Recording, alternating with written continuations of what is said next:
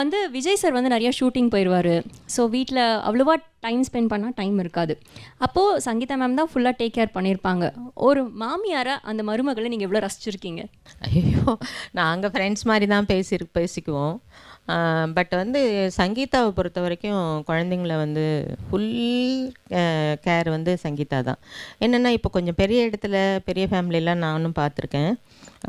நார்மலாக இதுவாக இருக்கவங்களே அவங்களே என்ன பண்ணுவாங்க, குழந்தெல்லாம் பிறந்தவுடனே ஒரு ஆள்கிட்ட வச்சுக்குவாங்கல்ல. ஆமாம், அந்த மாதிரி ஒரு ஆள் வச்சு பார்க்குறது, ஒரு இது வச்சுட்டு ஒரு ஆள்கிட்ட கொடுத்துட்டு இவங்க பாட்டுக்கு ஷாப்பிங் போகிறது, சினிமாக்கு அப்படிலாம் சங்கீதாட்ட கிடையவே கிடையாது. டே 1 அந்த குழந்தைங்கள ஸ்கூலுக்கு கொண்டு போய் விட்டுட்டு பிக்கப் பண்ணுறது எல்லாத்துக்கும் இவங்க போவாங்க. தனியாக டிரைவர்கிட்ட கார் அனுப்பவே மாட்டாங்க. கூடவே நான் சொல்கிறது பசங்க வந்து எல்கேஜி யூகேஜிலேருந்து பெரிய கிளாஸ் படிக்கிற வரைக்கும் கொண்டு போய் காரில் கூடவே போயிட்டு தான்